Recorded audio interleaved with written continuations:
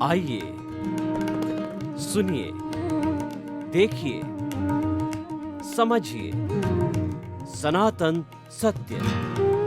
जैसी दृष्टि वैसी सृष्टि, दृष्टि विज्ञान। कुदरत, कुदरती रचना एवं कुदरत के कानून से शाश्वत सुख की प्राप्ति। जोधपुर के परम पूज्य महात्मा उपासक प्रोफेसर डॉक्टर सोहन राज तातेड़ के निर्देशन में सनातन सत्य। जैसी दृष्टि वैसी सृष्टि, दृष्टि विज्ञान।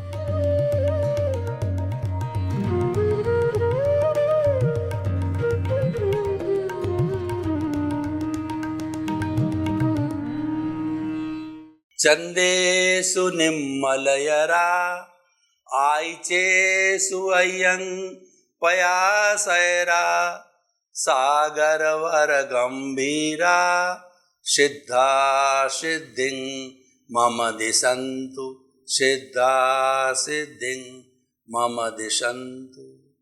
हे मेरे भीतर विराजमान शुद्ध आत्मा भगवान मूल स्वरूप वाले और समस्त प्राणियों में वही भगवत स्वरूप विराजमान शुद्ध आत्मा भगवान, हम सभी प्राणियों को आप जागृति दें, शक्ति दें कि हम एक दूसरे के प्रति भाईचारे से रहें, शांतिपूर्ण सह अस्तित्व से रहें और भातृत्व भाव से रहें, वसुधैव कुटुम्बकम की भावना से रहें, ताकि कि यह जगत जीने योग्य बने, यह जगत अच्छा बने। सनातन सत्य, यूनिवर्सल ट्रुथ, सार्वभौम सत्य, सार्वभौम तत्व, इस सारी सृष्टि की अल्टीमेट रियलिटी जानना मनुष्य की एक क्यूरियोसिटी है। मनुष्य एक डेवलप्ड प्राणी है, इतना डेवलप्ड कोई भी अन्य प्राणी इस ब्रह्मांड में नहीं है।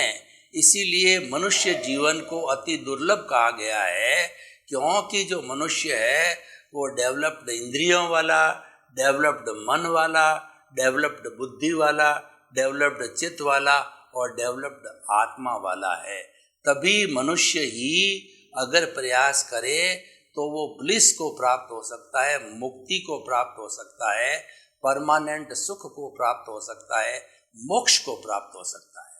सनातन सत्य कुदरत, कुदरती रचना, कुदरत के कानून पर आधारित होता है और उसके अंतर्गत हम कई नए नए विषय प्रतिपादित करते हैं, रोज नया विषय लेते हैं। तो आज का हमारा बहुत सुंदर विषय है कि मैं किस मोड़ पर खड़ा हूं। देखिए, जब हम टू व्हीलर या फोर व्हीलर चलाते हैं तो हमारे सड़क के पर कई डाइवर्शंस आते हैं, बहुत से मोड़ आते हैं और हम किसी को फोन करें, कोई हमको पूछे कि तुम कहाँ पर खड़े हो, तो हम बताते हैं कि हम फला मोड़ पर खड़ा हूँ। वहाँ पर उसका लैंडमार्क देते हैं कि वहाँ पर इतना बड़ी दुकान है या बड़ा ऑफिस है या बड़ी जगह है। वो लैंडमार्क देने से उस मोड़ का पता चल जाता है। तो मैं किस मोड़ पर खड़ा हूँ, इस बात को करने का अर्थ होता है कि हमें जीवन की समीक्षा की जानी चाहिए। देखिए, समीक्षा जो है सर्वांगीण होनी चाहिए। भूत भविष्य वर्तमान तीनों को खंड खंड करके, और हमें जो वो समीक्षा नहीं करनी है, हमें तो अखंड समीक्षा करनी है। मैं समीक्षा की बात कर रहा हूँ, मैं जीने की बात नहीं कर रहा हूँ। किस मोड़ पे खड़ा हूँ वह तो प्रेजेंट में ही रहता है, और मोड़ की बात आती है वह हमेशा प्रेजेंट के अंदर जीना चाहिए। प्रेजेंट पे जीना ही वो हमारा वहाँ का निवास कहलाता है। तो देखिए, समीक्षा हमें करनी चाहिए कि सबसे पहले तो ये है कि ये समीक्षा जीवन की होती है कि साल भर बाद की जाती है, कोई लोग 3 महीने बाद करते हैं, कई लोग 6 महीने बाद करते हैं। समीक्षा करने से हमको बॉटलनेक्स पता चलता है कि हमने क्या क्या गलतियाँ की, और आध्यात्म की दृष्टि से समस्या जो है, समीक्षा का अर्थ होता है कि हमने किन किन प्राणियों से इस वर्ष के अंदर उनको दुख दिया, कष्ट दिया और कर्मों का अर्जन किया, तो उन समस्त प्राणियों से हम प्रतिक्रमण करते हैं। यानी जो कुछ हमने अतिक्रमण किया है उसका प्रतिक्रमण किया जाता है कि आपको किसी तरह का कष्ट हुआ हो तो मैं क्षमा प्रार्थी हूँ।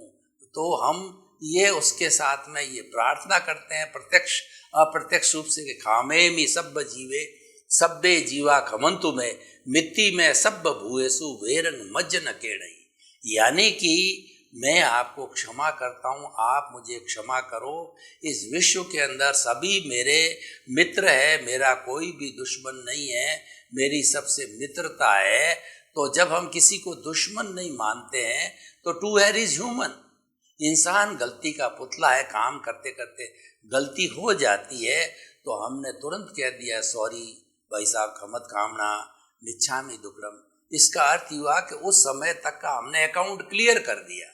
ये और जितना जितना ये अतिक्रमण का प्रतिक्रमण होता जाता है त्यों त्यों ये सब्लिमेशन कहलाता है, ये शुद्धिकरण की प्रक्रिया है। उतना उतना हमारा जो अज्ञानता है वह कम होती जाती है, उसका जो थर्मामीटर डाउन हो जाता है, यानी कॉजल बॉडी है वो गिरती जाती है। और कॉजल बॉडी समाप्त होते होते जब जीरो हो जाती है, इसको हम संपूर्ण निर्जरा कहते हैं। भगवान महावीर ने दो तरह के धर्म बताए, एक तो संवर धर्म और एक निर्जरा धर्म। संवर धर्म का अर्थ होता है कि हम जो है बाहरी जगत से, इंद्रियों से जितना जितना जो है वो कर्मों का आश्रव करते हैं, कर्मों को भीतर आने का दरवाजा खोलते हैं, नाला खोलते हैं, तो वो कर्मों का आश्रव है। वो 5 तरह का होता है, मिथ्यात्व, अविरति, प्रमाद, कषाय और योग। आज का विषय नहीं है, मैं उसके डिटेल में नहीं जाऊंगा, पर इन कारणों के कारण कर्मों के आने का नाला खुल जाता है जिसको आश्रव कहा जाता है। वो चाहे टंकी का नाला हो, चाहे जो किसी टैंक का नाला हो, जब उसको सीमेंटेड करके बंद कर दिया जाता तो बाहर से पानी आना बंद हो जाता, उसको हम संवर कहते हैं। तो भगवान ने बताया कि जितनी हमारी साधना है, जितना हमारा तप है, वो सब संवर है। और संवर एक साधना है, उसकी निष्पत्ति। संवर हमारा एक क्वेश्चन पेपर का सॉल्यूशन करना है और रिजल्ट जो मिलता है वह हमको निर्जरा के रूप में मिलता है। यानी हमारे कर्मों का झरण होता है। हमारा कॉजल बॉडी, हमारा कर्म शरीर, कार्बन शरीर, लिंग शरीर है, वह जो है घटता है, उसका वॉल्यूम घटता है, उसका घनत्व बढ़ता है। ये हमारा परिणाम है। इसको हम आंशिक निर्जरा कहते हैं। और घटते घटते जो संपूर्ण झर जाता है, तो संपूर्ण झरने के बाद जो है हम उसको कहते हैं मुक्ति की अवस्था। हम उसको कहते हैं कि ये शून्य हो गया, फिर आत्मा सिद्ध बुद्ध मुक्त हो जाती है, वो 14वें गुणस्थान के अंदर चली जाती है। तो देखिए, आपने कभी मधुमक्खी का जो है छत्ता देखा होगा, तो मधुमक्खी सबसे पहले उस छत्ते के ऊपर जो है अलग अलग परागण ला करके जमाती है और वो शहद में बदल जाती है। फिर शहद जो है झरने लग जाती है। तो झरते झरते कुछ समय के बाद में शहद जो है कि उस छत्ते में से जो है पूरी शहद निकल जाती है, या जो शहद को लेने वाले निकाल देते हैं। तो फिर पीछे एकदम सूखा हुआ, कभी आपने देखा होगा, एकदम सूखा हुआ छत्ता होता है जिसमें शहद का एक भी बूंद नहीं होती है। तो उसी तरीके से हमारा ये कर्म शरीर निर्झर हो जाता है और निर्झर होकर के ये फिर इस जो है कॉस्मॉस के अंदर चतुस्पर्शी पुद्गलों के साथ में मिल जाता है, घुल मिल जाता है, पुद्गल पुद्गल में चला जाता है। और चेतना जो है वह वो शुद्ध स्वरूप में ही है, मूल आत्मा, वह मुक्ति में चली जाती है। तो इस तरीके से जो है ये हमारा संवर और निर्जरा 2 धर्म हो गए। तो हमें मूल्यांकन करना है कि मेरा किस मोड़ पे खड़ा हूँ, यानी मेरा जो इस जन्म के अंदर, इस साल के अंदर कर्मों का झरण कितना हुआ। तो यानी और कर्मों का झरण का नापने के लिए जो भगवान ने जो है एक थर्मामीटर दिया है, समता की भावना का थर्मामीटर दिया है कि आपके अंदर क्षमता कितनी रहती है, आपका क्रोध, अहंकार, माया और लोभ जो है कितना उछलता है जब परिस्थिति आती है। क्रोध की, अहंकार की, माया की, लोभ की, उस वक्त के अंदर अगर आप शांत रहते हैं, आप प्रतिक्रिया नहीं करते हैं, तो मानना चाहिए कि धर्म मेरे गले के नीचे उतरा है और मैं सही मोड़ पर खड़ा हूँ। ये समीक्षा कहलाती है। तो भूत के अंदर जो है हमने जो जो चार्ज किया, उस चार्ज का इस जन्म में डिस्चार्ज होता है, तो ये तो भूत की समीक्षा हो गई। और वर्तमान के अंदर जो है हम समता भाव से अपने आप की समीक्षा कर लेते हैं और भविष्य के लिए हम संकल्प करते हैं।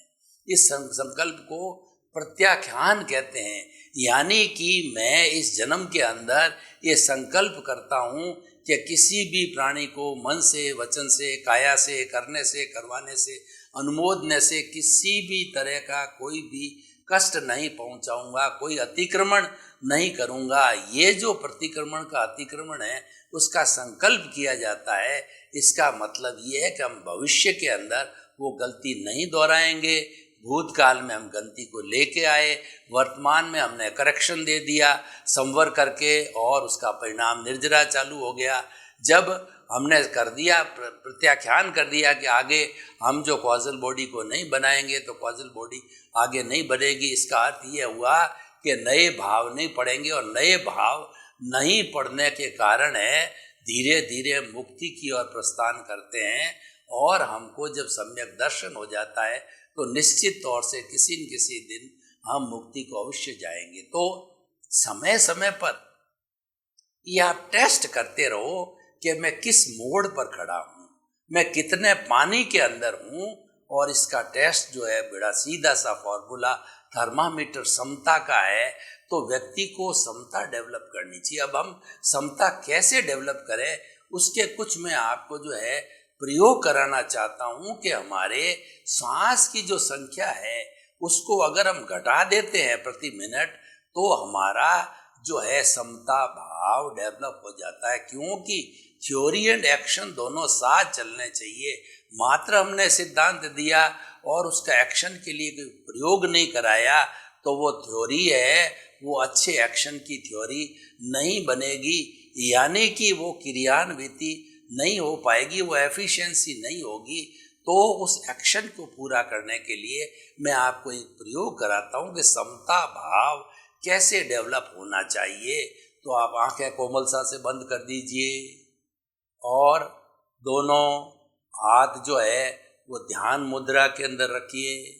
रीढ़ की हड्डी एंटीना की तरह सीधी रहे और मूर्तिवत बैठ जाइए, कोई हलन चलन नहीं है। अब हम जो है वो समता की साधना श्वास परीक्षा के द्वारा करेंगे। अब आप सबसे पहले अपने चित्त को पूरे शरीर की एक एक कोशिका के अंदर घुमाइए और ऑटो सजेशन दीजिए कि मेरे शरीर की एक एक कोशिका जो है शांत हो रही है। ऑटो सजेशन दीजिए कि हर एक एक जो है खून का कतरा कतरा एक एक कोशिका शांत हो जावे, शांत हो जावे।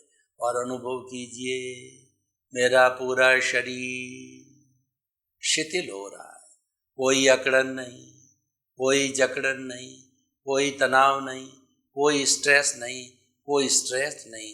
अनुभव कीजिए कि पूरा शरीर रुई की भांति हल्का हो गया है।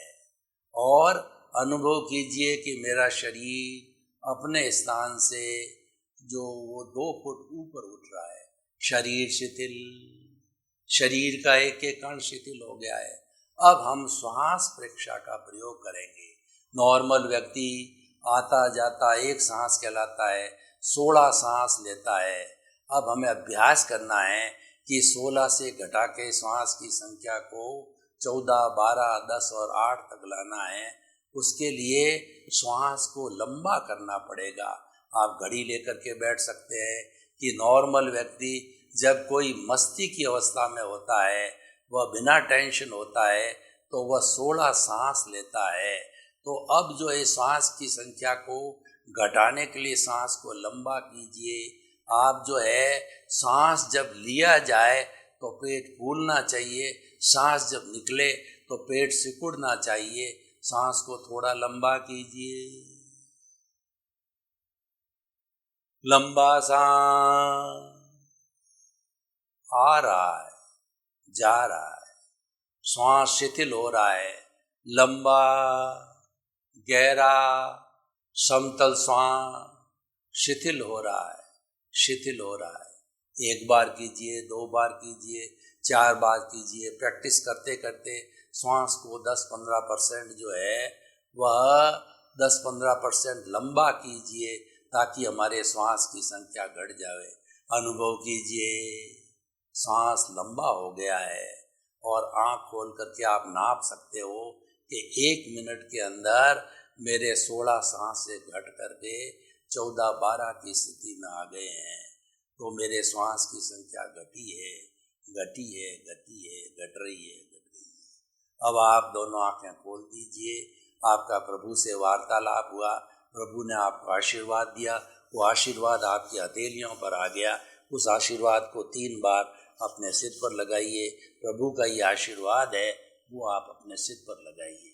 तो आप देखिए कि ये जो हमने प्रयोग किया, इस प्रयोग को आप निरंतर करते रहेंगे तो आप देखेंगे कि श्वास की संख्या जो है वो घट गई है।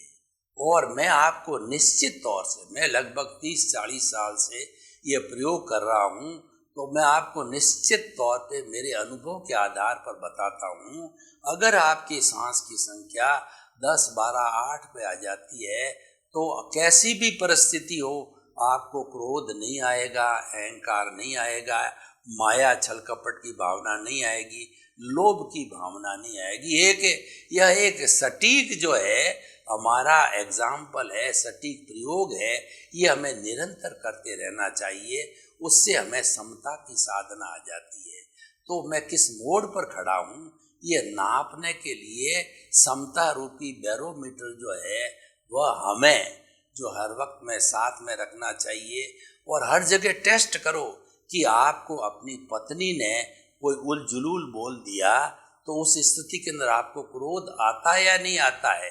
किसी ने आपकी निंदा कर दी तो आपको क्रोध आता है कि नहीं आता है। और किसी ने आपकी प्रशंसा कर दी तो आपको अहंकार, आप फूलते हो या ना फूलते हो।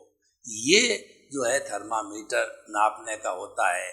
और हम नॉर्मली बिना मतलब जो है किसी भी व्यक्ति के बारे में कोई भी ओपिनियन दे देते हैं, कोई अभिप्राय दे देते हैं, तो ये जो है वो माया कहलाती है। तो आप जो है ये चिंतन कीजिए कि क्या मैं अनावश्यक रूप से किसी की ओपिनियन दे रहा हूँ, किसी के प्रति अभिप्राय दे रहा हूँ, क्योंकि वो अभिप्राय और ओपिनियन देने का मेरे को कोई अधिकार नहीं है। क्योंकि हर प्राणी अपने कर्मों के अधीन जीता है, उसके अंदर मेरा कोई कंट्रीब्यूशन नहीं है। और वह जो है उसकी ऑपरेटर, डिस्ट्रॉयर और क्रिएटर है, वह कुदरत है और सबकी वही है। तो मेरे उसमें इंटरफियर करने का अधिकार ही नहीं है, मैं उसमें सक्षम हूँ। लेकिन फिर भी जो है हम ओपिनियन जड़ देते हैं और उससे हमारी माया हो जाती है। और आप लोभ को देखिए कि जो जितने जड़ पदार्थ है उसकी संग्रह की आप में प्रवृत्ति रहती है या नहीं रहती है। ये भी ले लूँ, यह भी ले लूँ, यह भी ले लूँ। आवश्यकता नहीं हो तो भी उसके अतिरिक्त जो है आपको लेने की भावना रहती है, संग्रह की भावना रहती है। इसका मतलब धर्म आपके भीतर नहीं उतरा है। आप में क्रोध की भावना ऐसी की ऐसी है, अहंकार की भावना ऐसी की ऐसी है, माया की भावना वही है, लोभ की भावना वही है। तो इसका मतलब ये है कि आप जो है अभी उसी मोड़ पर खड़े हो जिस मोड़ पर आप जन्मे हो। 50 साल के हो गए, 70 साल के हो गए, और कई बार तो ये हो गया कि हम जो है और मोड़ से गहरे मोड़ में चले गए और जो है हम टेढ़े हो गए, यानी हमने अतिरिक्त जो है कर्मों का सृजन कर दिया, अतिरिक्त हमारी कॉजल बॉडी को बढ़ा दिया। तो भाई और बहनों, ये हमारा सनातन सत्य कार्यक्रम है ये दृष्टि विज्ञान कहलाता है। यानी हम कुछ नहीं करते, हम तो केवल दृष्टि को बदलते हैं। जैसी दृष्टि वैसी सृष्टि के सिद्धांत पर चलते हैं और हम मानते हैं कि नज़र बदल दीजिए, नज़रिया बदल जाएगा, और आपकी दृष्टि बदल दीजिए, सृष्टि बदल जाएगी, आपकी जो है दिशा बदल दीजिए, दशा बदल जाएगी। हम आपकी जो गलत दिशा के अंदर आप जा रहे हो उसको सही दिशा के अंदर डालते हैं। आप नेगेटिव थॉट्स में हो तो वहाँ से हटा के आपको पॉजिटिव थॉट्स के अंदर डालते हैं। आप आप जो है कोई मिसकंडक्ट के अंदर हो तो आपको राइट कॉन्डक्ट में डालते हैं। यानी हम सम्यक दर्शन देते हैं, आपको राइट विजन देते हैं। उस राइट विजन से आपको सही दिशा मिलती है, और एक व्यक्ति को जब सही दिशा मिलती है, यानी एक कोई स्टूडेंट है वो पढ़ाई कर रहा है और उसको टीचर जो है एक राइट विजन दे देता है, एक स्टडी करने का मेथड बता देता है, प्रयोग बता देता है, टेक्निक बता देता है, तो वह थोड़े से कम परिश्रम से भी विद्यार्थी बहुत जल्दी पाठ को तैयार कर लेता है। तो ये टेक्निक अगर हम जीवन के लिए लागू करें, ये हमारा जीवन, ये हमारा जो सनातन सत्य कार्यक्रम है, ये जीवन विज्ञान, life style, science of living, way of living के ऊपर आधारित है। क्योंकि जो कुदरत हमको ये जो सारा जीवन का जो सेटअप करती है वही हमको लाइफ स्टाइल देती है। तो इससे ये जुड़ी हुई जो है हमारी विधा है, तो हम आपको ये बताना चाहते हैं कि आप जो है अपना मेजरमेंट करते रहिए, समीक्षा करते रहिए कि पारिवारिक लोगों के साथ में मेरा संबंध कैसा रहता है। मैं बात बात पे उपनता तो नहीं हूँ, बात बात पे मेरी असहनशीलता तो नहीं है, बात बात पे मेरी स्वार्थ की वृत्ति तो नहीं है। ऐसी अगर वृत्ति है तो हमें छोड़ना चाहिए, उसके हमें प्रयोग करना चाहिए। भगवान महावीर ने जो हमारा तप है या निर्जरा है उसके 12 भेद बताए हैं।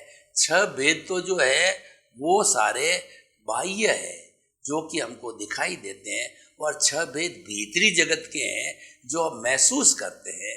और उसके भीतरी जगत के जो तप है वह उससे बहुत ज़्यादा कर्मों की निर्जरा होती है, लेकिन कोई नहीं कर पाता है। सामान्य व्यक्ति होता है वो बाहर के तप करके भी धीरे धीरे अपने उस मोड को ठीक कर सकता है, अपने थर्मामीटर को सही कर सकता है और मुक्ति की अवस्था को प्राप्त कर सकता है। तो जो 6 जो तप के बाह्य भेद है वो आपके सब जानकारी के लिए मैं बताना चाहता हूँ, क्योंकि ये आज के विषय से जुड़ा हुआ है। वो है अनशन, उन्नोदरी, भिक्षाचरी, रस परित्याग, काय कलेश और प्रतिसल्लीनता। मैं संक्षेप के अंदर ही बता देना चाहता हूँ।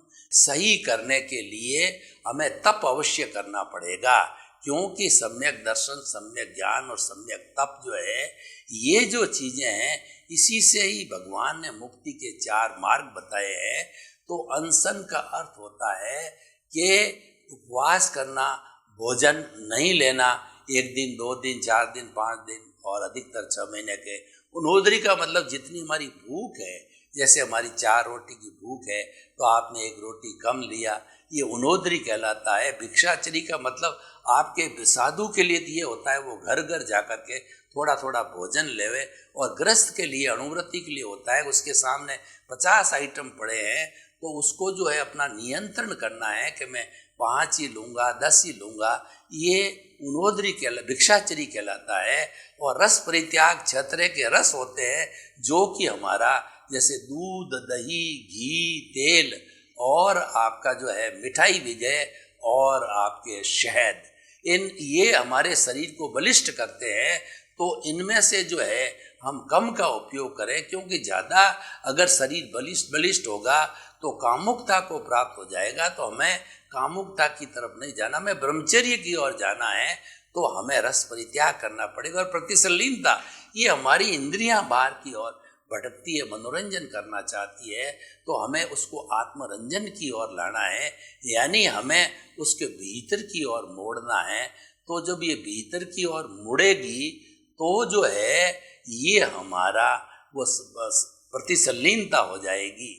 और इस तरीके से ये तो बाहर के है, भीतर के बहुत सुंदर है और वो अपने आप को अच्छा बनाने के लिए, अपने थर्मामीटर को अच्छा करने के लिए, और हमारे जो भीतर जितना जितना कॉजल बॉडी उसको कम करने के लिए प्रायश्चित का अर्थ ये है कि हम 84 लाख जीवा योनियों से जो है, जो हमारा अतिक्रमण हो गया है, उसका प्रतिक्रमण करें। हम मन के अंदर ग्लानि करें कि हमारा जिससे प्रत्यक्ष हुआ है उसे क्षमा याचना करें, और अप्रत्यक्ष रूप से, क्योंकि आत्मा अव्याबाद होती है, उनसे हम अप्रत्यक्ष रूप से जो क्षमा याचना करें। ये प्रायश्चित है। और विनय का मतलब बड़ों को जो है प्रणाम करना, बड़ों के प्रति शुद्ध भावना, और प्राणी मात्र को आत्म तुल्य के सिद्धांत से जो है प्राणी मात्र के भीतर विराजमान शुद्ध आत्मा भगवान को निर्दोष दृष्टि से जान के दर्शन करना है। ये सबसे बड़ी विनय है। तो प्रायश्चित विनय वैयावृत्ति का मतलब हमारे बुजुर्ग लोग हैं, साधु लोग हैं, बीमार है, उसको अग्लान भाव से सेवा करना। प्रायश्चित विनय वैयावृत्ति स्वाध्याय, खुद का स्वाध्याय करना कि मैं कौन हूँ, दृष्टि विज्ञान करना, निज स्वरूप का ध्यान रखना, अपने से अपना का वार्तालाप करना, प्रभु के चरणों में बैठना, प्रभु की भक्ति करना, हरि अनंत, हरि कथा अनंत, हरि की कथा करना, बार बार उसका स्मरण करना, माला फेरना और उसकी अनुभूति करना। सबसे बड़ा जो है स्वाध्याय है कि अपनी सहजता से अनुभूति करना। एक एक कोशिका में अनुभूति हो जानी चाहिए कि ये जड़ अलग है और मैं जो चेतन हूँ वो अलग है। ये भेद विज्ञान है, सबसे बड़ा स्वाध्याय है। और प्रायश्चित विनय वैयाव्रत स्वाध्याय, ध्यान, मेडिटेशन करना, सालंबन ध्यान, निरालंबन ध्यान के जो है वो एक पर्टिकुलर विषय के ऊपर सारा अपना जो है कंसंट्रेशन करना, ये हमारा ध्यान कहलाता है। और समाधि जो होती है, हम शुक्ल ध्यान की अवस्था में जब जाते हैं, निरालंबन ध्यान की अवस्था में जाते हैं, कि हमारा ध्यान सहज ही हो जाता है। यानी वो स्थिति बहुत उच्च स्थिति होती है। वह जो क्षपक श्रेणी वाले होते हैं उनकी स्थिति आती है, या उसके बाद वीतरागी होते हैं, या केवल ज्ञानी होते हैं, या जल्दी मुक्ति जाने वाले होते हैं, उनके वह स्थिति आती है। वो सर्वोत्तम अवस्था होती है समाधि की। उसको जितने विश्व में धर्म दर्शन है, उसको मुक्ति की अवस्था के करीब की अवस्था उसको समाधि माना है। इसीलिए हमें कहा जाता है कि हमें, हे मेरे भीतर विराजमान शुद्ध आत्मा भगवान, मेरे को आदि व्याधि और उपाधि से मुक्त करके समाधि प्रदान करो। समाधि का मतलब शांति प्रदान करो, सुकून प्रदान करो, ताकि कि मैं जो है अपने लक्ष्य को प्राप्त कर सकूं। तो देखिए, बहुत सुंदर समीक्षा हमने सब एंगल से सांगोपांग समीक्षा की है। ये हमें करते रहना चाहिए। जब हम अपने जीवन की समीक्षा करते रहेंगे कि हम जो लाइफ स्टाइल जी रहे हैं, और लाइफ स्टाइल भी हमारी क्योंकि से जुड़ी है, सब समयबद्ध होना चाहिए कि early to bed and early to rise is a sign of good health and a sound mind exist in a sound body. हमारी दिनचर्या जो है उठने से सोने तक सब निश्चित होनी चाहिए। खाने का समय निश्चित, पीने का समय निश्चित, उठने का समय निश्चित, सोने का समय निश्चित, काम करने का समय निश्चित है। और अगर हमारा काम ज़्यादा होता है तो उसको अगले दिन के लिए टाल देना चाहिए, लेकिन दिनचर्या को किसी भी तरह से डिस्टर्ब नहीं करना चाहिए। ये दिनचर्या जो है हमारा आज के विषय से जुड़ी हुई है कि ये दिनचर्या हमारा पुरुषार्थ है। तो दिनचर्या हमारे हाथ में है, इसमें कोई क्या कर सकता है? ये तो आपका विवेक होना चाहिए कि जिसकी दिनचर्या, जिसकी लाइफ स्टाइल सही रहती है, वह व्यक्ति जो है वो अपने जीवन में सुख की अनुभूति करता है, उसको सम्यक दर्शन मिलता है और वह जीवन में तरक्की करता है। सर्वे भवन्तु सुखिनः, सर्वे सन्तु निरामया। लोक के सब जीवों को सुख मिले, शांति मिले, आनंद मिले, प्रेम मिले, मुक्ति मिले। जगत के सब जीवों के प्रति मंगल भावना शुभ।